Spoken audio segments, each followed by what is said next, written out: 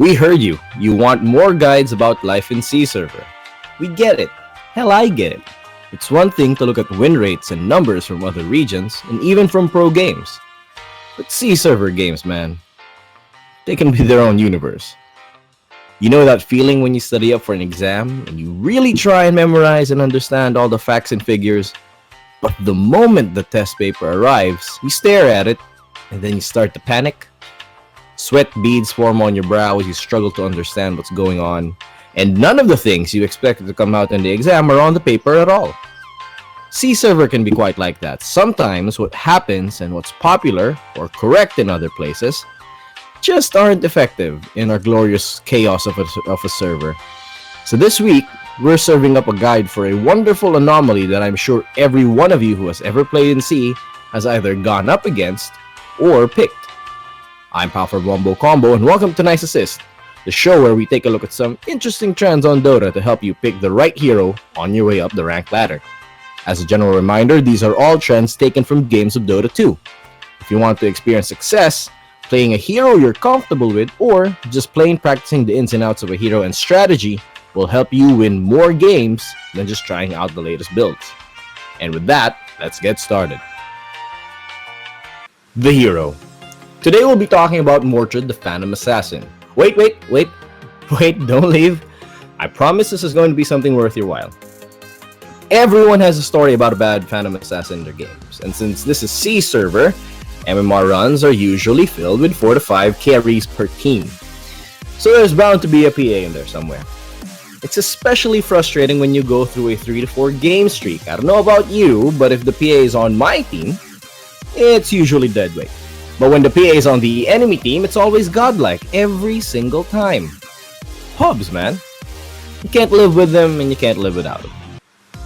So on today's show, we'll be talking about a slightly different approach to playing Phantom Assassin to help you get to godlike more often than not.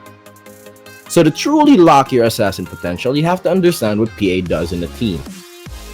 Sitting at a 53.78 win rate in the 3K bracket in C, PA is actually pretty effective and a popular carry option in today's meta. But why is that? Sure, most of us who have been playing for a long time are used to Mordred getting to the late game and carrying with huge critical strikes after she maxes out on items. But I believe that this is a very outdated way of thinking about and consequently an outdated way of playing Phantom Assassin. To truly succeed with Mordred, you have to realize that she is now a mid-game carry that can scale into the late game. So let's take a look at some trends. From looking at her graphs in public matches and MMR skill brackets in C, we see that PA has the highest percentage of winning her matches at around the same time she reaches level 15 or level 16. Sitting at 5.6%, this is her highest win percentage per volume per level, meaning that a PA is more likely to win and end the game by the time she reaches level 15. So those are pretty compelling numbers. But why does it get there? I believe there are two main reasons for this. Number one, the actual impact of PA skills. And number two, the changes that 7.XX brings to the tempo of games. So let's start with skills. You're familiar with them by now. Stifling Dagger is a targeted, low cooldown, low mana nuke that slows and deals damage to enemies hit. It also applies orb effects and other percentage-based procs. It's mostly used as a farming tool. This is your bread and butter skill.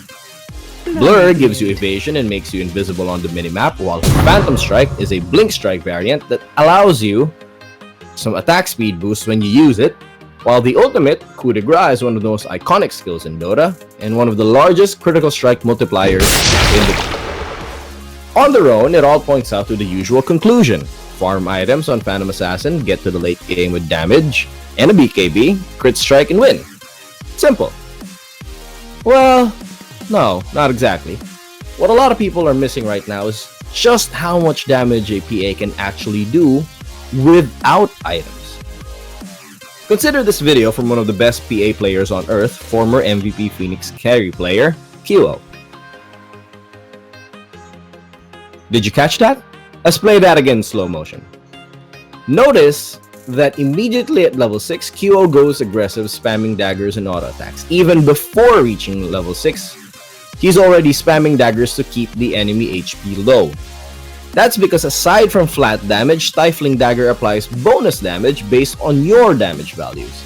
With a low cooldown, a PA can actually lay down a surprising amount of sustained damage, even without items. Secondly, you have to look at the impact of 7.XX to the overall game. Based on the data gathered from professional and public matches of Dota 2, the average Dota 2 game is shorter, with action peaking much earlier in the game, especially around the same time cores and supports get their crucial first talent points. Add to that the shrines and bounty runes keep heroes on the map longer, earning more gold. That makes a hero that can fight early and scale to the late game a much safer pick in public matches, especially if you're playing by yourself. Someone like Phantom Assassin. Now it's important, however, to take this into consideration. The QO video that we just played is taken from an older version of Dota 2. Since then, Stifling Dagger has been nerfed so that the early levels of Stifling Dagger has a lower cast range compared to later levels. So for this version of Dota 2, you might want to do the QO moves later on in the laning stages, right around level 6 to level 7 when you max out Stifling Dagger. The build. Today we'll be focusing on a more mid-game fighting-centric build from Mortred, with some late-game scaling towards a level 25 build. We're going to try and maximize your ability to contribute earlier in the game while still giving you an out should you need to build more firepower to close out matches. There are two main ways to start off with Phantom Assassin. The first build we recommend for players are for those still looking to improve their skills with Phantom Assassin. Starting off with an early ring of protection, a clarity, and some regeneration items lets you spam daggers often. Use this build if you're still getting used to farming with Mortred. You want to upgrade your ring of protection to a Basilius as soon as you can, with the option of building a ring of Aquila if you're having trouble managing your mana. But for more experienced users, keeping your Basilius lets you go into a Vladimir's offering much earlier and more efficiently. Another early item build is meant for more experienced PA players, those that don't rely on Stifling Dagger to get last hits. Getting a Stout Shield and a Quelling Blade along with some tangos lets you farm relatively safely without having to rely on the high cooldown of low-level daggers. Should you be facing significant harassment in lane, you can also easily upgrade into a Poor Man's Shield in the side lane shops. Mid-game is for an early fighting PA, and so it is very crucial for you to get success. For this build, you want to aim for a completion rate of 5 to 7 minutes for your phase boots. With your first big item investment, you want to aim for a Desolator at about 15 minutes at latest. From here, you can augment your damage further by getting an early Vladimir's offering. The Aura Lifesteal plus your level 15 Talent Lifesteal provides a lot of sustain in a fight if you play your cards right. If you're up against high burst and lots of crowd control, consider building first into a classic Vanguard with an aim to go into Basher and Abyssal Blade later on in the game. The combination of a bigger HP pool plus the chasing potential from dagger spams lets you get into the fight early and often. Helm of a Dominator is another great item on PA, but then again, it's just a great item on anyone. All in all, you're looking for a core item path of Phase Boots, Desolator, Vladimir's Offering, and a Basher into BKB, plus other survivability items depending on the situation. Now, it's important to understand what makes these items great on a mid-game fighting PA. The Phase Boots lets you maneuver yourself into the battlefield easily and efficiently while also giving you damage in the laning phase, while the Desolator and Vladimir's Offering are cheap, effective options for giving you a lot of damage plus survivability the earlier you get them. The Desolator in particular works really well with your Stifling Dagger because you can then apply minus armor to any opponent from range. For the skill build, you want to max the dagger first, getting a single point in blur and strike pre-level 6, while getting your ultimate and your talents whenever you can. Maxing strike second only if you're on the advantage. Otherwise, some players would prefer to max out the blur for more survivability. For the talents, level 10 should almost always be invested in the plus 15 damage, but don't underestimate the value of plus 150 health, especially if you're taking the role of the mid-game fighting core. Remember, if you want to fight early and often, the extra HP can go a long way to help you survive those fights. Level 15 is the more lopsided choice, as the 10% lifesteal that works through Desolator is such a godsend over the now buff plus 20 move speed, so you should almost always get that. Level 20 attack speed is also universally respected, as the plus 10 stats just aren't good enough to justify a level 20 talent. Meanwhile, at level 25, the choice is relatively equal. Get dual daggers if you went for a Battle Fury build, as the double strike lets you apply the cleave bonus twice from range. Otherwise, plus 25 agility can give you more armor, attack speed, and damage to help you go toe-to-toe in late game fights between carries. Playing Phantom Assassin is all about judgment, especially if you want to contribute more in the mid-game. Before we begin, let me remind you of a very core rule. PA can and always will be a great late-game carry. Building and playing the heroine as a mid-game centric character will be mostly up to your judgment. If you're lacking in late-game power or are losing heart in the early game, by all means build her traditionally with Battle Fury and BKB to help you scale faster. Otherwise, here's how you play her. Let's take a look back at some of QO's footage. We already talked about the surprising amount of damage that a PA can dish out without items. But let's talk about the decision making that goes into that. One key aspect in deciding whether to go aggressive with PA is to take advantage of creep timings. Your Phantom Strike is a powerful ability that can also be used to save your life. In lane, you can use your daggers to harass the opponent down, and you can use your Face Boots activation to quickly run up and land auto attacks against your enemy laner. If you time it right with your creep wave, however, you can do this repeatedly while having a quick backdoor jump to safety should they turn around and fight back. Doing this multiple times will whittle down your opponent, allowing you to get the advantage either by making them back off or outright killing them. Use your best judgment and always leave yourself a way out. Now, to help you decide whether you want to go aggressive, you can always take a look at the creep wave timings. This is what's known as creep equilibrium. Most creep waves arrive at the tower every minute. If you're pushed up, give yourself up to 1 to 2 seconds leeway so that you know that the creep wave coming behind you is within range for your Phantom Strike. You want to engage your opponent as long as you're sure that you have creeps to Phantom Strike away too.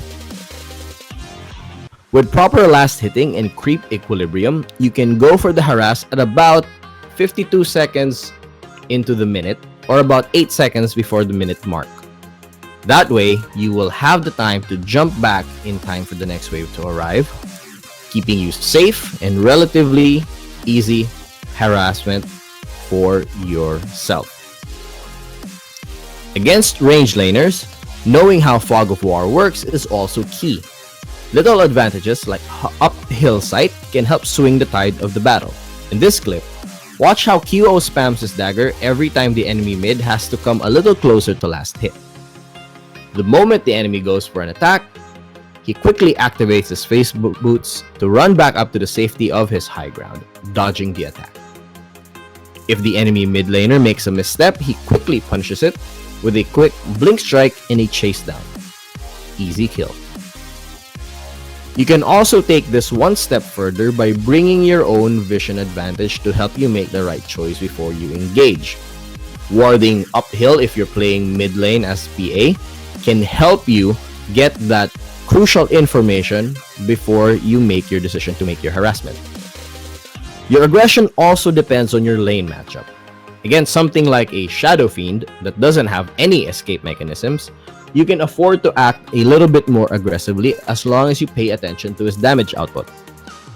But against a lane matchup with a Disabler support or a superior melee combatant like Slardar, for example, You want to exercise more discretion here. Once again, making use of your daggers, giving yourself a way out if things get hairy is paramount. As an early fighting core, remember that your job is mostly to stay in lane and scale up. However, you do have the ability to go aggressive in the lane, fight, and even teleport. Because you're equipped to contribute early, however, you don't be afraid to teleport defensively and punish overextension from your opponents. With a completed Vladimir's and Desolator early, this brand of PA is far from the traditional 4 protect 1 style where you don't join your team in clashes until the 25-minute mark. You can channel your inner QO or how by judging the situation accordingly and not being afraid to get your hands dirty. Extra things to remember. Remember that your dagger gives you some vision. Always keep an eye out for fleeing targets and mark them with your dagger. That will allow you to quickly phantom strike into the backline, killing your target and repositioning you for the next engagement. What separates the great Phantom Assassins from just the good ones is one word: kiting. Using the repeatable slow judiciously, proper phase boot management, and phantom strike timing can make you a very slippery target even in large team fights. Before your opponents know what happened, you'll be delivering critical blows from every angle. Remember, farming isn't as hard as being able to contribute into a fight early and often. Great Phantom Assassins are able to dive into the battle, dive quickly out, and then back again, picking out targets for their team to take out.